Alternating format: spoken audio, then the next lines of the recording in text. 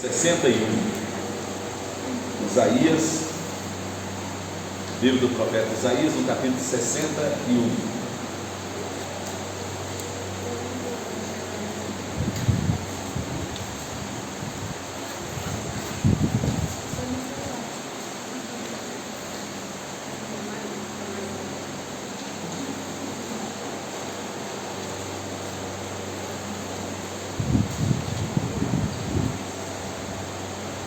Livro de Isaías, capítulo 61.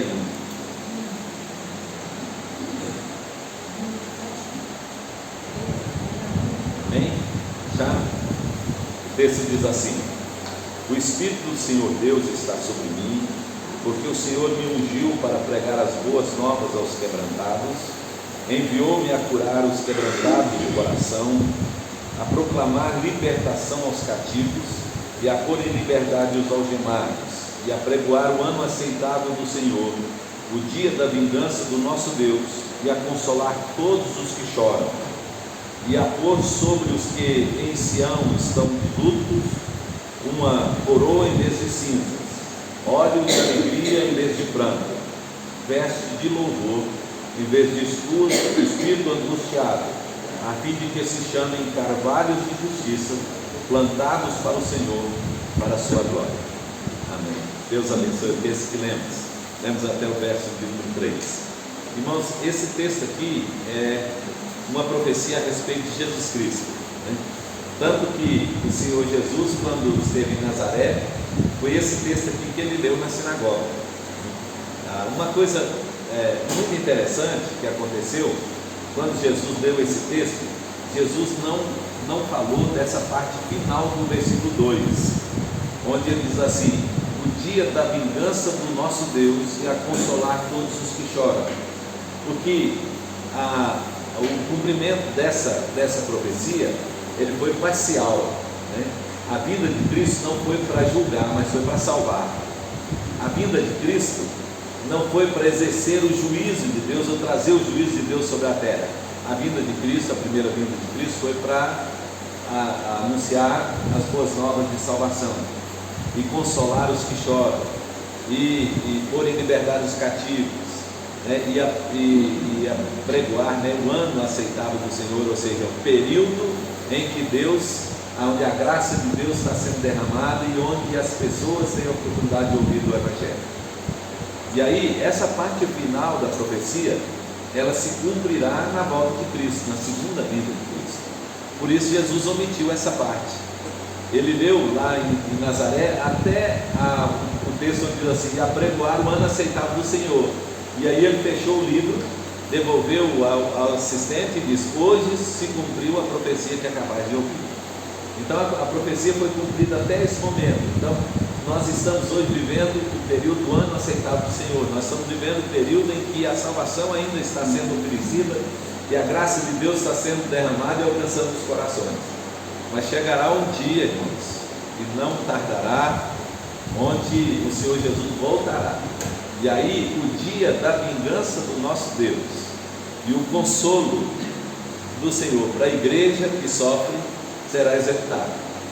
E é isso que nós estamos vendo em Apocalipse, né? Quando nós estamos estudando Apocalipse. Então, a profecia da salvação, nós estamos vivendo o tempo da salvação, chamado o tempo dos gentios, o tempo em que a graça de Deus está alcançando os corações. Mas chegará um tempo em que isso cessará.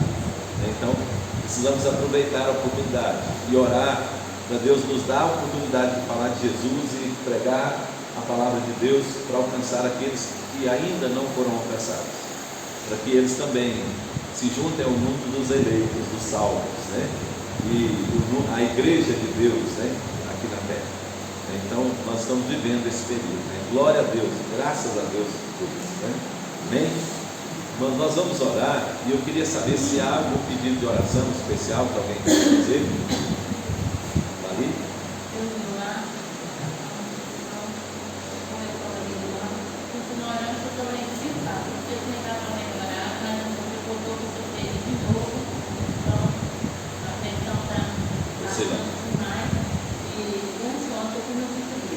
E orar também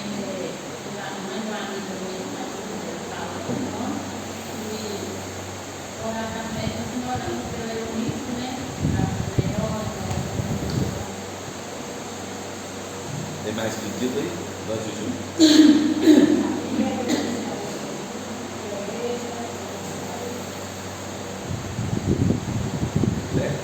Ontem faleceu a mãe de um seminarista lá da igreja de Venda Nova, em Gessé. Minha mãe faleceu ontem à noite, então vou orar pela família dele. Na verdade, faleceu anteontem. Foi de sexta passada. Foi, sexta passada. Coisa interessante, né? Tudo tem um propósito de Deus, mas ele estava na reunião do presbitério com a gente. E aí ele foi embora e ficou sabendo que a mãe estava passando mal, mas o lugar onde ele mora, a mãe mora, é muito difícil chegar lá. Então o Uber nenhum quis ir lá. Chamou o Uber, nenhum foi. Aí quando o SAMU chegou, ela já tinha falecido. Aí começou a chamar à meia-noite, 4 horas da manhã que o SAMU chegou lá.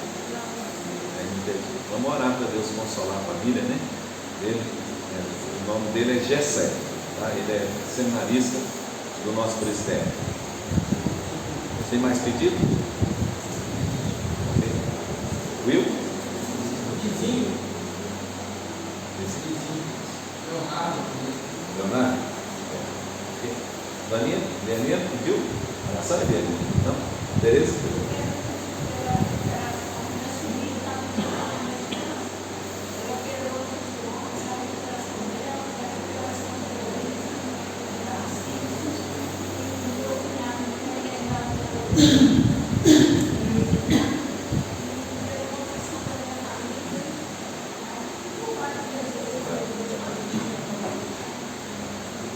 Mais pedido?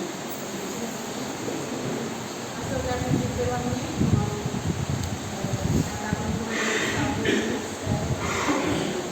Como é o nome dela? Chamar Trielle. Vamos orar. Foi diagnosticado com efizema pulmonar. Vamos orar. Né? Tem mais pedido? Nós estamos orando pela nossa irmã Dona Carmélia, né? A saúde dela, está internada ainda. E também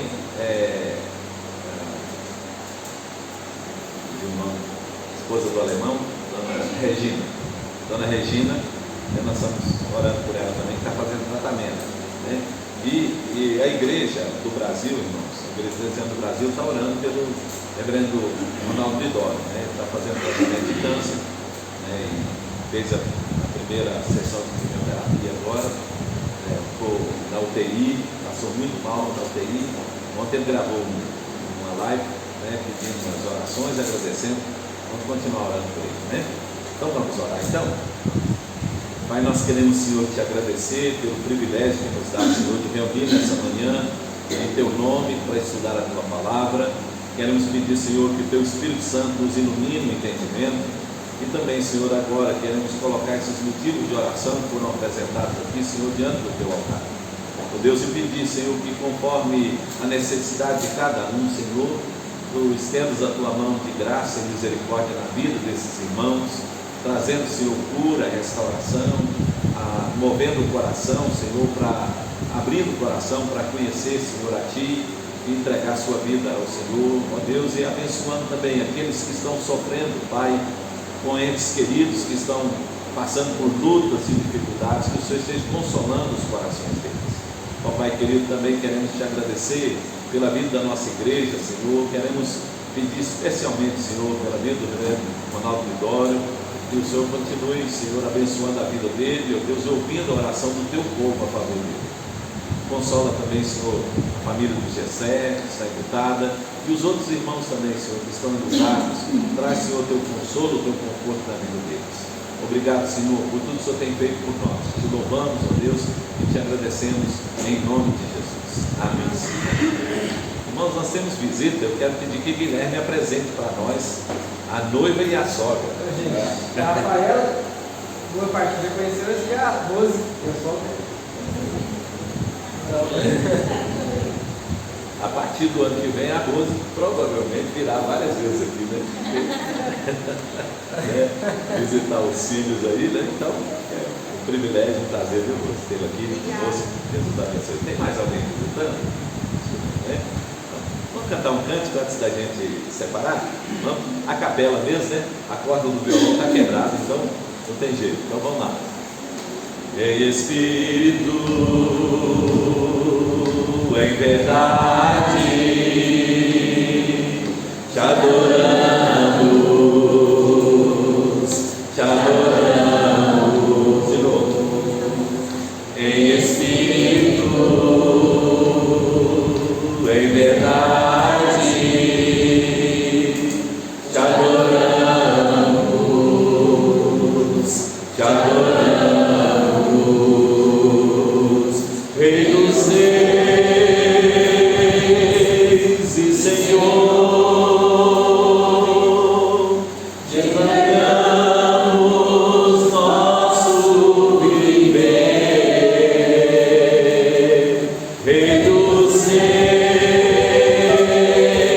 e Senhor, te entregamos nosso viver, pra te adorar, ó Rei dos reis, porque eu nasci, ó Rei Jesus. Meu prazer é te louvar, meu prazer é estar nos lábios do Senhor, meu prazer é viver na casa de Deus, onde flui o amor. Amém, amém, aleluia. Vamos separar então, irmãos? Os jovens e crianças, né, poderão ir para a classe, os adultos aqui comigo.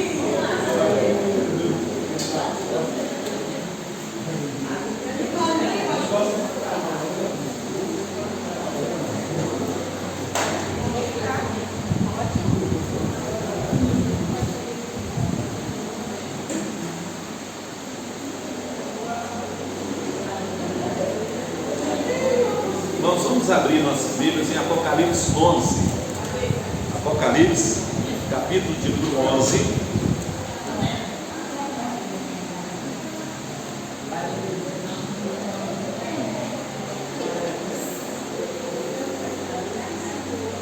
Apocalipse, capítulo de número 11. Nós leremos do primeiro verso até o verso de número 19.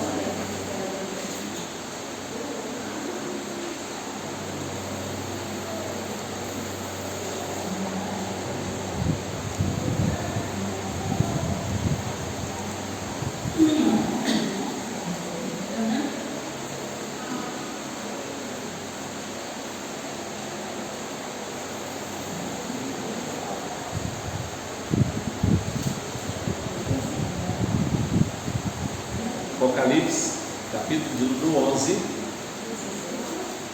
Vamos ler a partir do primeiro versículo. Diz assim: Foi-me dado um caniço semelhante a uma vara, e também me foi dito: Dispõe-te e mede o santuário de Deus, o seu altar e os que nele adoram. Mas deixa de parte o ato exterior do santuário, e não o meças, porque foi ele dado aos gentios. Estes, por 42 meses, calcarão os pés à cidade santa. Darei as minhas duas testemunhas, que profetizem por 1260 dias, vestidas de pano de saco.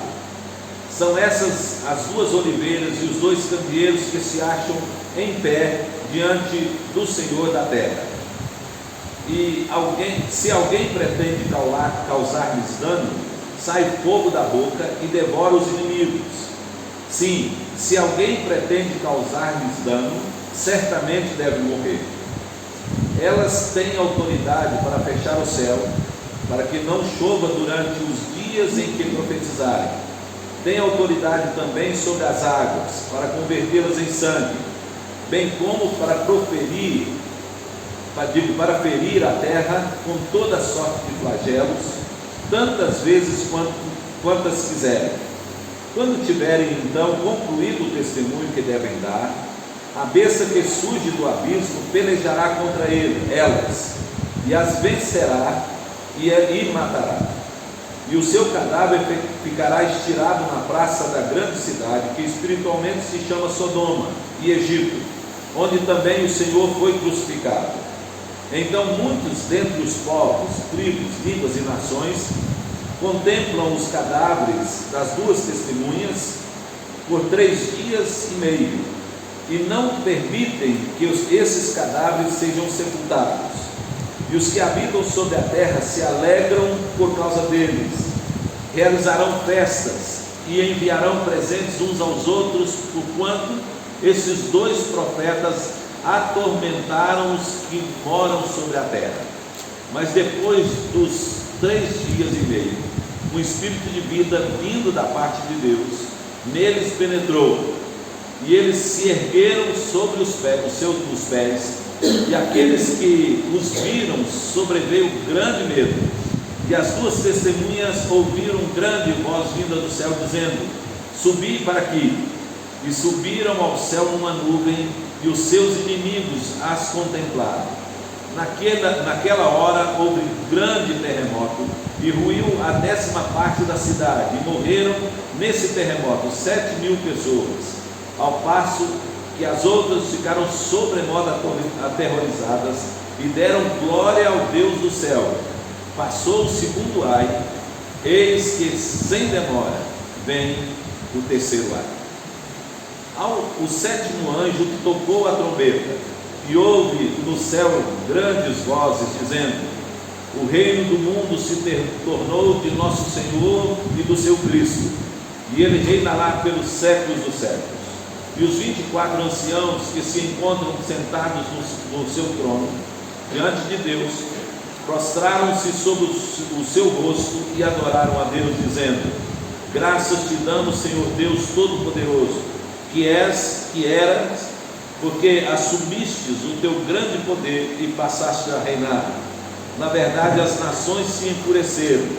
Chegou, porém, a tua ira, o tempo determinado para serem julgados os mortos e para dar galardão aos teus servos, os profetas, e aos santos, aos que temem o teu nome, tanto pequenos como grandes, e para destruir os que destroem a terra. Abriu-se então o santuário de Deus que se acha no céu, e foi vista a arca da aliança no seu santuário. Sobrevieram relâmpagos, vozes, trovões, terremoto e grande saraiva. Amém. Que Deus abençoe o texto que lemos para a nossa edificação, nosso estudo, né? Irmãos, vamos só situar aqui na história, né? Porque ficamos domingo passado sem a lição, então nós vamos trazer para a memória aqui o que estava acontecendo. Os irmãos lembram que quando o livro foi aberto, o livro lá do capítulo 4, né? Lembra o livro da vida, o livro da história, né? Que Jesus abriu e foi desatando os selos. Cada selo que ia desatando, alguma coisa ia acontecendo, né? Então, quando chegou no 5º selo, quando abriu, aliás, o 6º selo, né? O João viu os selados do céu, e eles estavam diante do trono de Deus, adorando a Deus. Isso no 6º selo. Quando abriu o 7º selo, que era o último selo, então algumas coisas começaram a acontecer, e essas coisas vieram na figura de trombetas. Então, quando abriu o 7º selo, tocaram-se 5 trombetas. Essas 5 trombetas que foram tocadas, né, elas causaram danos à terra, mas não atingiram aos homens. Só a terra foi atingida, a terra, o mar e o céu. Lembra? Quando tocou a 5ª trombeta, as 4 primeiras trombetas, recapitulando, quando tocou as 4 primeiras trombetas, os males que vieram, né, dessas 4 primeiras trombetas atingiram a terra, o mar e o céu, mas não causou dano nenhum aos homens. Quando a 5ª trombeta foi tocada, então aí o poço do abismo foi aberto, lembra? O poço do abismo foi aberto, e saíram do poço do abismo demônios. Eles tinham figuras de escorpiões, que inclusive tinha cauda, e foi dado a eles o poder de ferir os homens, mas não matá-los. E aí uma terça parte dos homens foram feridos da terra, uma terça parte, e aí sofreram por causa desses demônios que feriram com essa cauda de escorpião, né? que tinha boca de serpente também, e aí ferindo os homens, e eles sentiram dores, mas aí foram atormentados, mas não morreram. Quando abriu a sexta trombeta, irmãos, então os 4 anjos que estavam nos 4 cantos da terra liberaram uma infinidade de demônios que vieram, e esses demônios agora tinham uma aparência de cavalo, com cabeça de homem, com dentes de leão, com cauda de serpente, e aí começaram então a atingir os homens e matar os homens. Aí antes os escorpiões feriam, mas não morriam. Agora esses demônios que vêm, eles ferem e matam, e mais uma terça parte da terra foi morta. Então veja, antes uma terça parte foi ferida, mas não morreu. Agora na sexta trombeta, uma sexta parte foi ferida e morta por esses demônios. E agora, quando o anjo vai tocar a 7ª trombeta, irmãos, então nós vimos uma figura no céu e um anjo com um livrinho na mão. Lembra? Na última lição nós falamos sobre isso. E esse livrinho foi dado para João. E João, ao dar o livro para João, o anjo disse assim: come esse livro. E ele comeu o livro, e na boca ele foi doce como mel, mas no seu estômago amargo, segundo ele, como fel. Então, a doçura e o amargor. Então, nós definimos na lição passada que esse livrinho é o Evangelho, em que, quando se recebe o Evangelho, ele é doce como mel, mas por causa das perseguições, do sofrimento que a igreja vem passando, ele é amargo como fel. Mas a última ordem que João recebeu foi que ele precisava profetizar.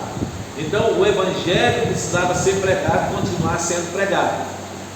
Agora, no capítulo 11, irmãos, que nós estamos chegando hoje, João recebe uma outra ordem.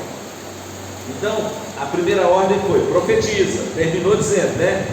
Você ainda precisa profetizar. Versículo 11 do capítulo 10 diz: profetiza a respeito de muitos povos, nações, línguas e reis. Então, o Evangelho sendo anunciado, sendo pregado. Agora começa o capítulo 11, irmãos, com a ordem para medir o santuário. E aí João pega então uma vara, recebe uma vara, e é lhe dada a ordem então para medir o átrio, mas deixar de fora o átrio exterior. Então medir o santuário internamente, mas não medi-lo externamente. E aí o texto aqui já diz que o átrio exterior é justamente o átrio dado aos gentios. Então vamos pegar uma figura do templo de Jerusalém para a gente entender isso. O templo de Jerusalém, irmãos, ele era dividido em 3 partes. Havia o Santo dos Santos, que era aquela parte mais interna do templo, onde ficava a Arca da Aliança, né? Os irmãos lembram dessa figura. Depois dessa parte só entrava ali o sumo sacerdote uma vez por ano. Aí havia o pátio dos sacerdotes e do sacrifício. Era onde os judeus podiam entrar. Só os judeus podiam entrar nessa parte que era chamada de santo lugar, onde se oferecia o sacrifício, onde os sacerdotes oficiavam e onde os judeus adoravam. Era nesse pátio interno chamado santo lugar. E havia um pátio externo, fora do templo, onde era destinado aos gentios. Então quem não era judeu não podia entrar no templo, mas podia ir no pátio, chamado pátio externo, exterior, que era o pátio dos gentios. E aqui no texto que nós estamos vendo agora, no capítulo 11, é ordenado a João que medisse o templo, mas medisse o santuário, mas na parte interior do santuário. Então não era para medir o pátio externo, mas sim somente o pátio interno, o lugar que nós definimos aqui, que era o santo lugar, onde os judeus podiam estar. Então o que significa isso, meus irmãos? O que quer dizer isso, né? Então, o que significa, irmãos, aqui nós vamos definir como o pátio do santo lugar representa a igreja de Deus. Então, veja, nós já definimos aqui, já falamos para os irmãos, que a igreja de Deus não é o templo, não é o santuário, é o seu povo, né?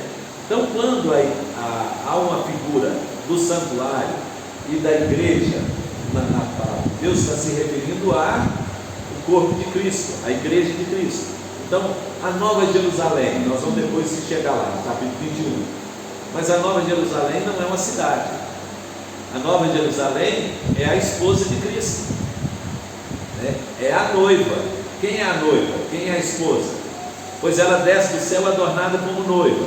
Quem é a noiva de Cristo? A igreja.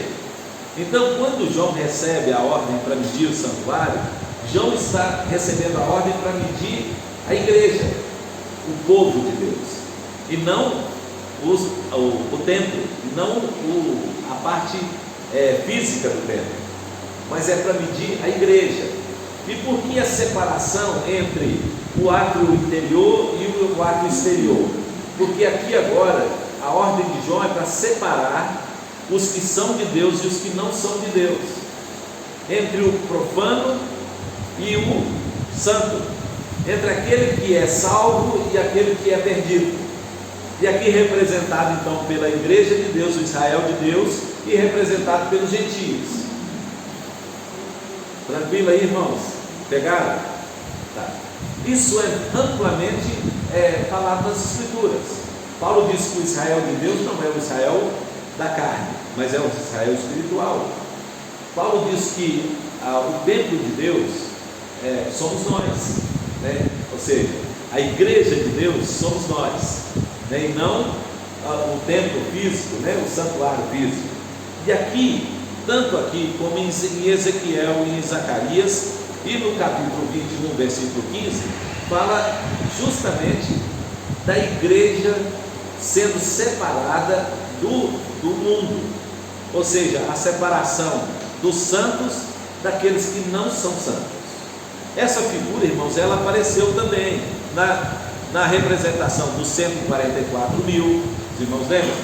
Lá no capítulo 7, versículo 4. Então, quem eram os 144 mil? Nós definimos, era a igreja de Deus.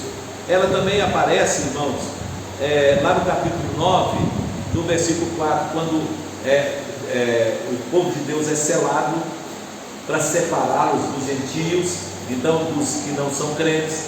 Então a igreja é selada, né? Recebe o selo, né, do Cordeiro, para separá-los dos que não são crentes. E agora aqui no capítulo 11, ela é representada pelo santuário. Então, quando João recebe a ordem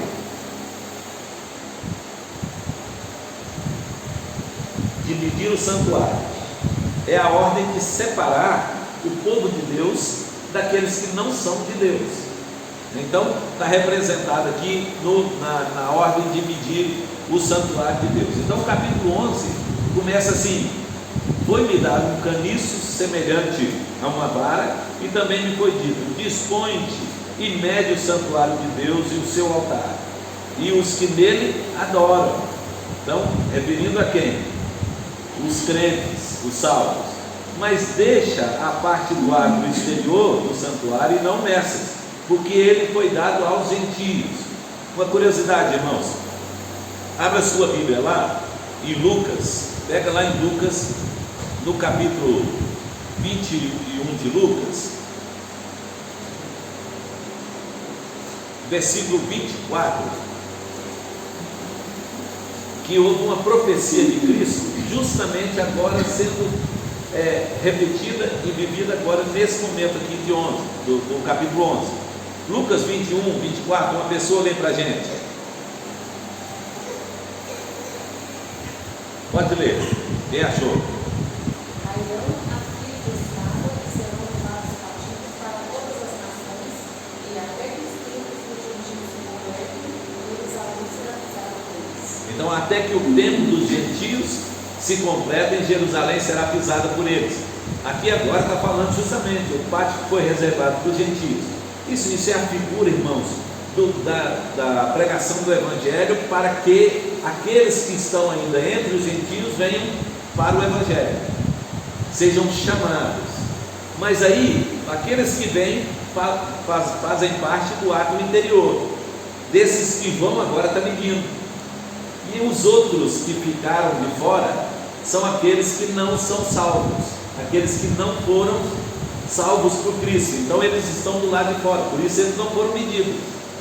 Então foi medido só o ato interior, né? Ou seja, só aqueles que são salvos, né? Então eles são os verdadeiros adoradores, o verdadeiro Israel de Deus, a verdadeira igreja, em contraste com os gentios. Então eles estão, irmãos, ouvindo o Evangelho até agora, mas de agora em diante cessará a oportunidade da pregação do Evangelho. Vamos falar disso daqui a pouquinho, vamos chegar lá daqui a pouquinho. Então, quando João recebeu a ordem de profetizar, é para chamar. Agora João recebe a ordem para medir, para separar. Então, antes o Evangelho estava sendo pregado para salvar. Agora a ordem que João recebe é para separar os crentes dos não crentes. E os crentes são medidos, são contados. E os não crentes são deixados de fora. Tranquilo aí? Está em pé, irmãos? Se tiver pergunta, pode fazer. Então vamos prosseguir. Aí, irmãos, e tem um tempo aí, lembra? Então diz aí no tempo que, no capítulo 11, que eles serão, o tempo que foi dado aos gentios, né, o pátio aos gentios, e esses por 42 meses calcarão os pés da cidade. O que significa esses 42 meses, né? Então, claro que também não é literal, irmãos, isso aqui não é 42 meses, ou 1260 dias, né? 42 meses dá 1260 dias, não é literalmente 1260 dias, né? Não, aqui está simbolizando um tempo em que houve oportunidade para que os gentios ouvissem o Evangelho. Houve a oportunidade para que o Evangelho fosse anunciado, para que as pessoas fossem chamadas e fossem salvas. E é claro que então representa justamente o tempo que vai, irmãos, desde a destruição de Jerusalém no ano 70 até a volta de Cristo. Então é um tempo em que os gentios estão sendo chamados. Lembra, irmãos, a porta do Evangelho para os gentios foi aberta com Pedro, na visita de Pedro a Cornélio. Cornélio era um centurião romano, gentio, e aí a porta do Evangelho foi aberta. Por isso que Deus disse para Pedro que ia dar para ele as chaves, que ele ia abrir as portas do reino dos céus. Pedro foi responsável de abrir a porta para os judeus, quando pregou em Jerusalém o sermão lá do Pentecoste, e converteram 3.000 pessoas. Ele abriu a porta para os samaritanos, quando ele e João estiveram em Samaria e pregaram aos samaritanos, e os samaritanos receberam o Espírito de Deus e foram batizados. E ele abriu a porta para os gentios, quando ele então pregou na casa de Cornélio. Então lembra, o Evangelho de Jesus falou: vocês serão minhas testemunhas em Jerusalém, Judeia, então os judeus, em Samaria, quando Pedro e João estiveram em Samaria, e depois até os confins da terra. Os confins da terra começou com Cornélio, que era gentio, e a partir daí o Evangelho então foi anunciado aos gentios. O Evangelho sendo anunciado aos gentios, houve a porta aberta para a salvação.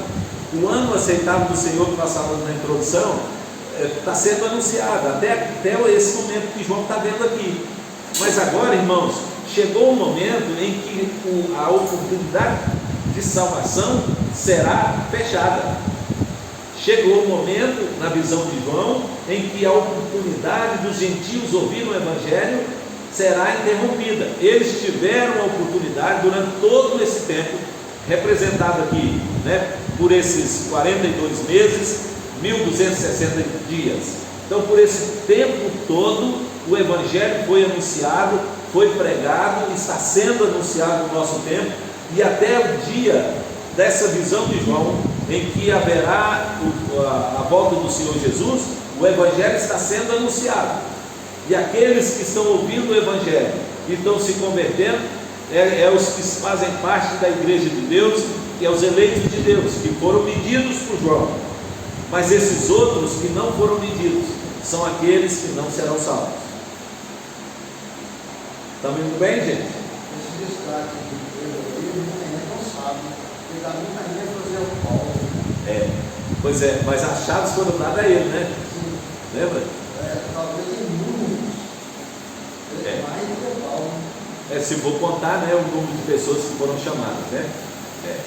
Aí, irmãos, então esse tempo aí de 1260 dias representa então o tempo em que a cidade de Deus, a igreja, seria perseguida, oprimida, o tempo em que as duas testemunhas que nós veremos aqui agora irá anunciar o Evangelho, o tempo da mulher celestial, a igreja, será separado no deserto, que nós vamos ver lá no capítulo 12, quando nós chegarmos no capítulo 12, o tempo em que a besta terá permissão para exercer a sua autoridade e oprimir a igreja, e esse período também é o tempo que Satanás exercerá o poder dele no mundo.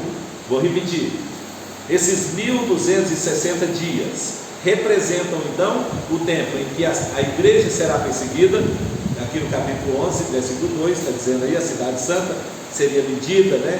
Então, para separação, o tempo em que essas duas testemunhas que nós veremos aí ainda no capítulo 11, dará o seu testemunho, o tempo em que a igreja será tirada e reservada no deserto para não ser alcançada pelo o dragão, que está no capítulo 12, o tempo da permissão, da autoridade que Deus deu à besta sobre a terra, e o tempo então do período de governo de Satanás aqui no mundo.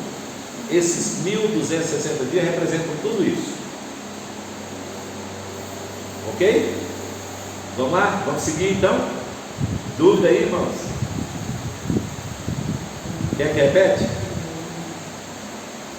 Quer que repete? Então vamos lá. 1260 dias, 42 meses, representa o quê?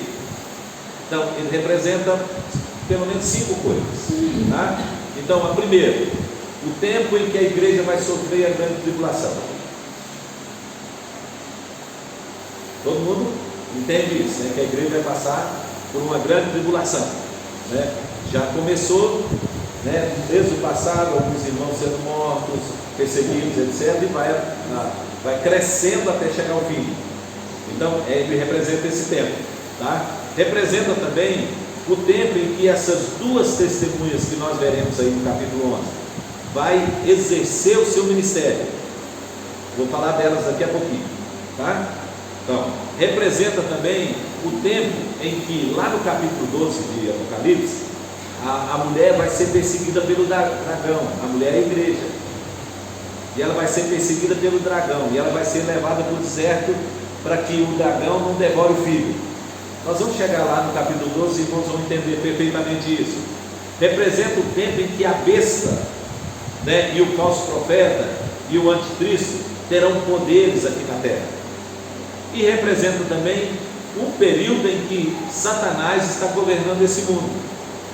A Bíblia diz que Jesus falou que ele é o príncipe desse mundo, e a Bíblia diz que ele né, Satanás, né, governa esse mundo, né? Ou seja, ele é o príncipe desse mundo, ele é o que governa esse mundo tenebroso que nós estamos vivendo aqui.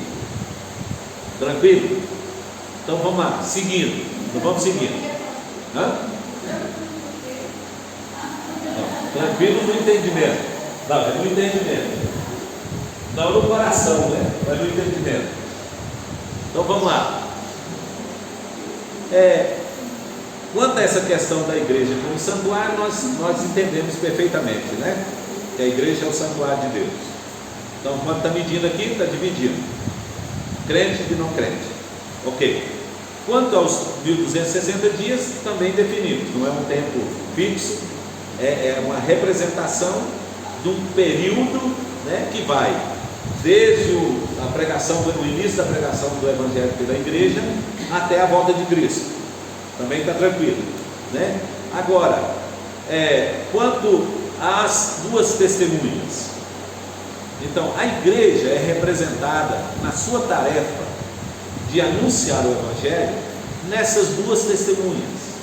Então, duas testemunhas aqui, irmãos, não são duas pessoas, né? eles representam, essas duas testemunhas representam a pregação do Evangelho durante o período em que a igreja nasceu até a volta de Cristo. Então, na palavra de Deus, nós vemos claramente, aí o texto está dizendo que ela é a oliveira, lembra? E ela é o candeeiro. Lembra que nós definimos que a oliveira de Deus é a igreja, né? Lembra? Paulo falou que a igreja do Velho Testamento a oliveira foi decepada, e aí saíram novos brotos, e esses novos brotos aí representam os gentios que foram enxertados no tronco da oliveira, que é a igreja, o Israel de Deus, que é a igreja do Velho Testamento e do Novo Testamento.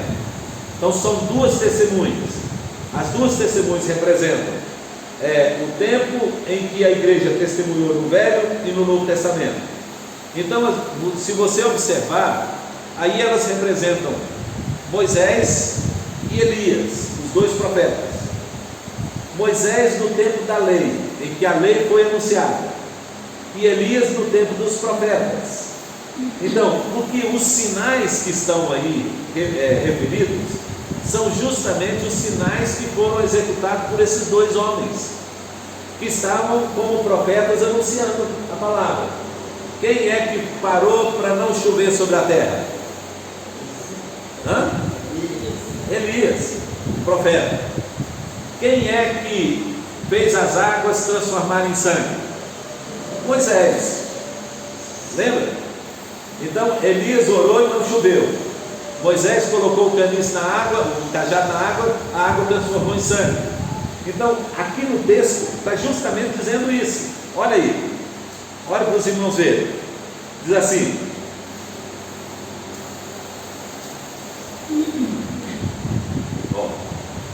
se alguém, versículo 5, primeiro ele diz assim, versículo 4 diz que são duas oliveiras e dois candeeiros. Então a oliveira representa a igreja e os candeeiros representam a igreja. Lembra, né? Nós já vimos isso. Aí ele prossegue: e eles estão de pé diante do Senhor.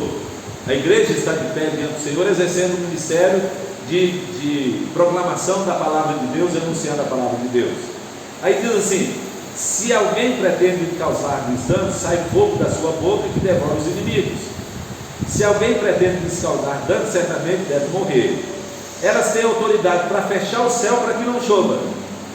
Quem foi que fechou o céu para que não chovesse? Elias, não é?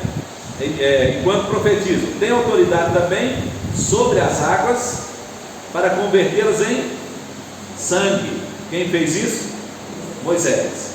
Quando Jesus no monte da transfiguração, quem foi que apareceu no monte da transfiguração, irmãos? Lembra? Quem foi que apareceu no monte da transfiguração? Moisés e Elias. Moisés representa a lei, Elias representa os profetas, a proclamação, o testemunho. Então, essas duas testemunhas, irmãos, é o tempo, o testemunho da igreja nesse tempo. Qual é o tempo, irmãos? 1260 dias, 42 meses, que representam o período em que, desde que o Evangelho começou a ser anunciado, até o tempo da volta de Cristo. Entenderam? Então essas duas testemunhas não são duas pessoas. Essas duas testemunhas representam a pregação do Evangelho durante esse período. Então, durante todo esse período, a igreja está testemunhando. Durante todo esse período, o Evangelho está sendo anunciado, pregado. Certo? Só que o que acontece, irmãos? A besta tem autoridade sobre as duas testemunhas e poder sobre elas. O que a besta fez? As matou, as venceu e matou. Vira aí o texto, versículo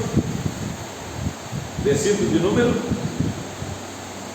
7, diz assim: quando tiverem então concluído o testemunho será em qual período, irmãos, nós falamos? 1260 dias, que representa o período do início da pregação do Evangelho até a volta de Cristo. Então, quando elas tiverem concluído o testemunho, então chegou o tempo, passou o tempo dos gentios, terminou o ano aceitável do Senhor, né, de conversão. Então agora não haverá mais conversão. Então o que Deus vai fazer então?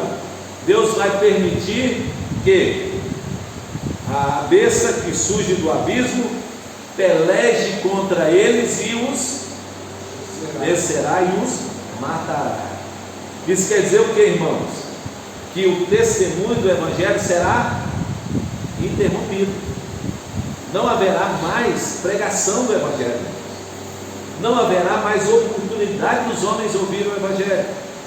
Porque a besta os matará, ou seja, a besta impedirá que as testemunhas que representam a pregação do Evangelho continuem vivas anunciando o Evangelho.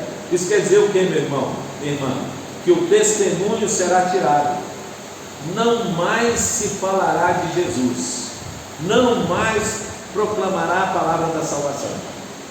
Não haverá mais oportunidade dos homens ouvirem. Acha difícil isso, irmãos? De jeito nenhum. De jeito nenhum. A coisa mais simples vai ser impedir que o Evangelho seja anunciado e pregado.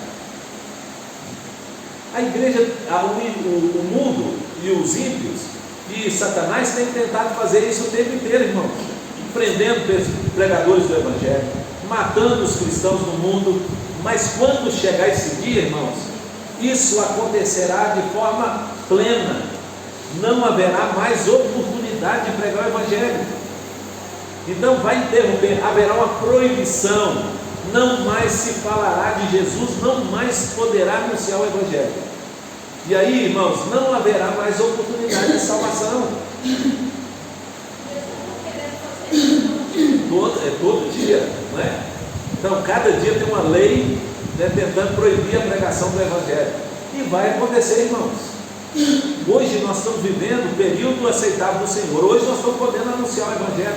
Mas vai chegar um tempo, irmãos, em que, representado por essas duas testemunhas, em que isso vai acabar, não vai mais poder anunciar o Evangelho, não vai mais pregar o Evangelho.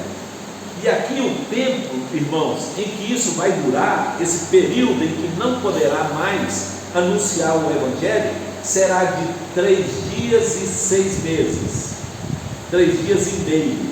Esse tempo também não é literal, irmãos, 3 dias e meio, né? Então, não é literal, é um tempo. Então, aqui no mundo, a igreja vai viver um tempo sem a condição, sem a possibilidade, sem a permissão de falar de Jesus, de anunciar o Evangelho. Esses 3 dias e meio representam esse tempo. É o tempo em que os cadáveres vão estar no chão, lembra? Aqui no texto. Eles permanecerão 3 dias e meio ali. E os ímpios, olha, irmãos, olha a figura.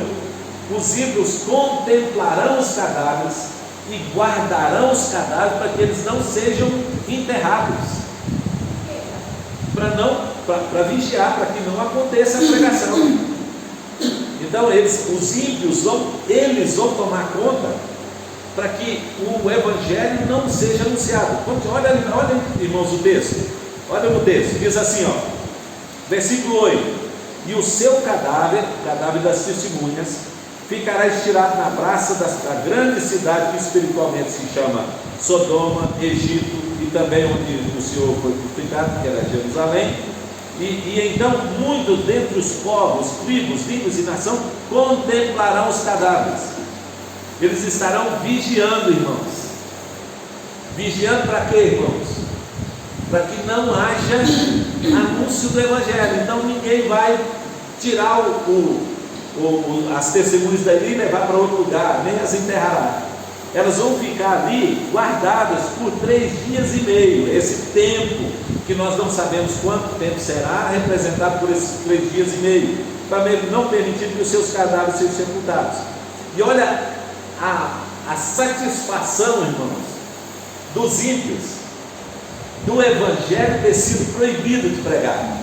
Olha a satisfação. Versículo de número 10 diz assim: e os que habitam sobre a terra se alegrarão por causa deles. Então eles se alegrarão por não mais poder anunciar o Evangelho. Os ímpios festejarão porque o Evangelho não vai mais poder ser anunciado e pregado, irmãos. E aí o texto diz assim: eles darão festas, eles distribuirão presentes uns aos outros, porquanto os dois profetas os atormentaram os que moravam sobre a terra. Irmãos, o Evangelho atormenta o ímpio, porque o Evangelho fala da possibilidade de salvação, mas o Evangelho também fala do juízo de Deus, do inferno, condena o pecado. Isso atormenta o ímpio.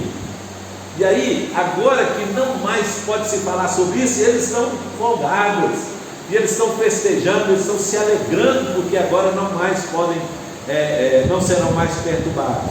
E aí, irmãos, por esses 3 dias e meio, depois desses 3 dias e meio, desse tempo, então o Espírito do Senhor virá sobre as testemunhas e os levará numa nuvem para o céu. Então, antes eles foram proibidos de anunciar, porque foram mortos. E agora vem de Deus a tirada do Evangelho da face da terra. Então Deus vai tirar as testemunhas e levá-las para o céu. Viu a figura aí, irmãos? Uma ação do ímpio matando e proibindo que o Evangelho seja anunciado. Agora não, depois desse tempo representado pelos 3 dias e meio, é o próprio Deus que tira. Então Deus toma para si as 2 testemunhas e as leva para o céu. Isso quer dizer que agora a presença do Evangelho na terra é tirada. Antes ela tinha sido impedida, ela tinha sido morta para impedir que ela fosse anunciada. Agora Deus vai tirá-las e levar para o céu. E aí então, irmãos, não haverá nenhuma possibilidade de salvação, nenhuma mais, porque não haverá mais Evangelho. Antes era só a proibição, agora a presença do Evangelho será tirada. E aí, quando ela sobe para o céu numa nuvem, aí há um grande terremoto. Terremoto, irmãos, é sempre anúncio do juízo de Deus. Então aqui um juízo de Deus sendo anunciado. Olha, o Evangelho foi tirado, não há mais possibilidade de salvação, e agora o juízo de Deus será derramado sobre a terra. E diz nesse terremoto, então morreram aí 7.000 pessoas, mas os outros ficaram aterrorizados. E o texto diz aqui, eles deram glória a Deus. Não diz que eles converteram, irmãos. Por que eles não converteram? Porque o Evangelho foi tirado, não tinha mais possibilidade de salvação. O Evangelho significa oportunidade de salvação, e agora foi tirado, Deus levou para o céu. Então por isso eles apenas deram glória a Deus e não se converteram, E aí, irmãos, o texto diz: passou o segundo ai, e eis que virá o próximo, sem demora, o terceiro ai, que será pior ainda do que o outro que foi. Irmãos, nós vamos ter que parar aqui, porque nós não damos conta de prosseguir para ver todo o capítulo, né? Na aula que vem nós continuamos aí. Então vamos dar a oportunidade agora para perguntas e ajustarmos aí.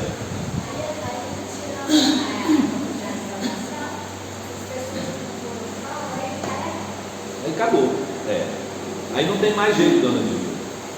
Porque até então a gente estava pregando o Evangelho, testemunhando para a salvação dos perdidos.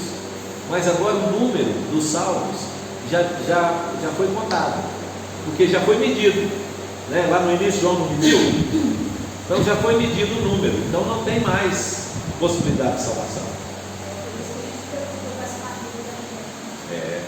Então por isso nós temos que aproveitar o tempo em que nós temos para anunciar o Evangelho, irmãos. Quantos da nossa família que ainda não conhecem o Senhor como Senhor da vida deles?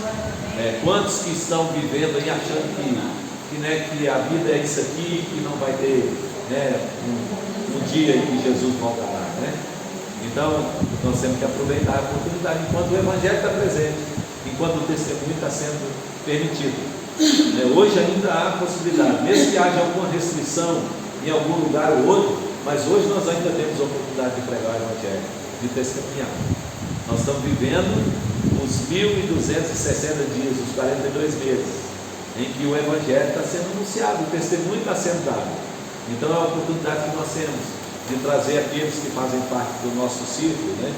que nós conhecemos, que nós relacionamos, trazê-los para o Senhor, e anunciar o Evangelho para eles, porque haverá um dia em que Deus irá tirar o Evangelho, e aí não haverá mais possibilidade da pregação do Evangelho. Seu James? Eu tenho curiosidade, porque eu acho meio difícil essa interpretação ser de lugar esclarecido por aí. Porque, com certeza, isso exige demais escola, estudo. Então, seria demais, né? Porque, pensando bem, a gente olhando ao redor, a gente vê que é difícil qualquer pessoa ter conhecimento real dessa interpretação bíblica, né? Por isso dizemos que a nós, o Senhor falou, que a nós foi dado conhecer os mistérios do reino de Deus, nós que somos crentes. E aí, uma vez que nós conhecemos, maior responsabilidade nós temos, não é? O conhecimento Traz maior responsabilidade. eu creio que é muito conhecimento. A pessoa que tem conhecimento tem uma condição, né? A pessoa que não tem conhecimento dificilmente não vai ser salva. Mas ela não tem. Mas aí, seu Deus, essa palavra não é para tirar o incentivo de conhecer, não, quem conhece menos será menos cobrado, então eu não vou conhecer para não ser cobrado. Não, é o contrário, Então, quem conhece mais será mais cobrado, terá mais responsabilidade, mas ao mesmo tempo terá também maior galardão, maior graça. Esse período que vai cessar a pregação da renovação, será que é efeito dos 1.260 dias? Após os 1.260 dias. Então, após esse período, esse 1.260 dias representa o tempo até a volta de Cristo. Então, o Evangelho está sendo pregado e anunciado até a volta de Cristo. Quando for chegar a volta de Cristo, é que haverá o período em que não haverá mais possibilidade. Sim?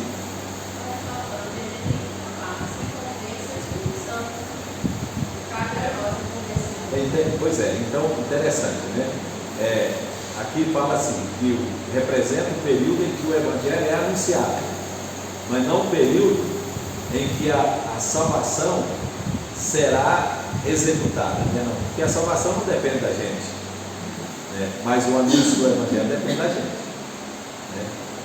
Deus nos deu esse privilégio, de fazer parte da sua igreja e de ser testemunha. Então, alguém continua? A gente tem que lançar a semente, Se o terreno for verde, ela cresce. Esse período de 3 dias e meio, essas meninas ficaram lá expostas, vigiadas pelos índios, tem alguma coisa a ver com, por exemplo, Cristo ressuscitou 3 dias. Então eles vigiaram 3 dias e meio, não correu o risco de eles ressuscitarem e voltar. Aqui no texto pode ter alguma relação, mas aqui no texto está falando que eles foram vigiados para que não fossem enterrados. Enterrar é no sentido de tirar, Então, por isso que para ser tirado foi por Deus e não foi pelos homens. Foi Deus que os ressuscitou. Isso representa, Cláudio, o poder que o mundo terá sobre a pregação do Evangelho. Então eles vão vigiar no sentido assim, que eles não vão permitir que ninguém anuncie o Evangelho nesse período. Porque hoje, em países onde são proibidos, ainda assim nós temos missionários lá, de forma escondida, anunciando.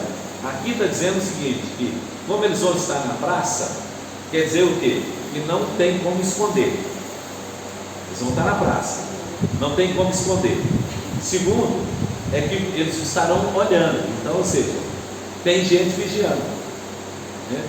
Então é o período em que não vai se pregar o Evangelho, e vai ser um período de tempo, não é só 3 dias e meio, vai ser um período de tempo. Então, nesse período aí, irmãos, a igreja só vai poder viver o Evangelho internamente, né? Ou seja, nós, se ficarmos nesse período aí, nós vamos viver o Evangelho que está gravado no nosso coração, na nossa mente, mas nós não vamos poder dar testemunho disso, então não vamos poder falar, né? Quem falar vai ser morto, né? E também depois nós vamos ver lá que isso vai acontecer. Então nesse período aí, alguém que falar vai ser morto, e vai ser os que vieram de vestiduras brancas. Lembra lá no capítulo 4? Quem são esses, Senhor? De onde que eles vieram? Né? Aí o Senhor, o anjo perguntou, e João disse: tu sabes, Senhor. Eles são esses que vieram da grande tribulação, lavaram as suas vestiduras e as alvejaram no sangue do Cordeiro, que não negaram o Senhor mesmo em face da morte, né? Porquanto deram as suas vidas, né? Pelo testemunho do Evangelho. Então nesse período aí, quem se levantar para anunciar o Evangelho será morto, mas morrerá como mártir pela causa de Cristo, né? Provavelmente não, Dona Júlia. Tudo será tirado. Mas isso já aconteceu, Dona Júlia. Na época da Segunda Guerra Mundial, nos países que estavam compondo a Alemanha nazista, do nazismo, as Bíblias foram tiradas das pessoas e queimadas em praça pública. Eles foram nas casas, visitaram os soldados, foram nas casas e tiraram as Bíblias e levaram para a praça e queimaram as Bíblias na praça pública. Nesse período lá do nazismo, isso aconteceu na Alemanha, e nos países da Romênia, nos países ali próximos, né? Na Europa Oriental ali, eles andaram e tiraram nas casas, prenderam as pessoas, levaram para os campos nazistas, né? E os que tinham Bíblias em casa, os que não entregaram espontaneamente, foram tomadas as Bíblias e levadas e queimadas. Isso não é difícil. É o que espera. Esse moço que sobre oração dele, falando de glória, ele teve um paredão, um fuzilamento no Peru, pelo sendeiro de um outro. Ele está vivo ainda. Aí ele já passou pela experiência da morte várias vezes, né? E Deus o preservou, né? Então, se Deus reservou para esse tempo agora, seus anos, né? A gente não sabe, mas se não for o tempo dele, também Deus o levantará e continuará anunciando o Evangelho, né? Amém, irmãos? Amém. Hoje foi pesado demais, né? Mas é assim mesmo. Hoje nós estamos aprendendo e nos preparando, né? Bem, vamos ficar em pé então e terminar? Vamos orar, receber a bênção e assim encerramos. Domingo que vem, irmãos, nós continuamos aí a partir do verso 14.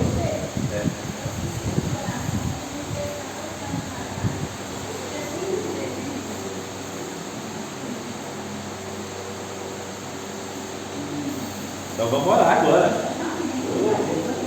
Irmãos, eu queria lembrar os irmãos, né, que o dia da nossa comemoração de Natal será que dia? Domingo que vem, dia 17, né? No culto da noite. Então vamos lá. Então, Pai, nós queremos, Senhor, te agradecer pela vida dos nossos irmãos Luiz e Heleninha. Ó Deus, por mais um ano de vida conjugal, o Senhor concede aos teus filhos. Ó Deus, pela bênção de tê-los unidos e, ó Deus, de continuar, Senhor, preservando o casamento deles, abençoando a vida deles, Senhor, o companheirismo deles, o amor deles, Pai, e também, Senhor, a vida dos filhos. Queremos abençoá-los, Senhor, nessa manhã, pedindo, Senhor, tua misericórdia, tua graça na vida dos nossos irmãos. E queremos, ó Deus, te agradecer por tudo que o Senhor tem feito por eles e também pelo lar deles, Pai. E agora também te louvamos, Senhor, pela nossa vida, por tudo que o Senhor tem nos dado, Pai, pelo cuidado do Senhor conosco, Pai. Continua, Senhor, preparando nosso coração, Deus, para viver esse tempo, ó Deus, que se aproxima, o tempo de provação, Senhor, de tribulação, em que a igreja irá viver, Senhor. Dá-nos, ó Deus, coragem, força, Senhor, perseverança, para vivermos o Evangelho, mesmo, Senhor, diante dos perigos que isso vier, Senhor, sobre nossas vidas, Pai. Te agradecemos, Pai, por tudo e oramos em nome de Jesus. Amém. E agora, irmãos, que a graça do Senhor Jesus, o amor de Deus nosso Pai e a comunhão do Santo Espírito seja sobre nós, hoje e para todo sempre. Amém. Podeis sentar, Jesus abençoe a todos. Tenham um bom dia. Até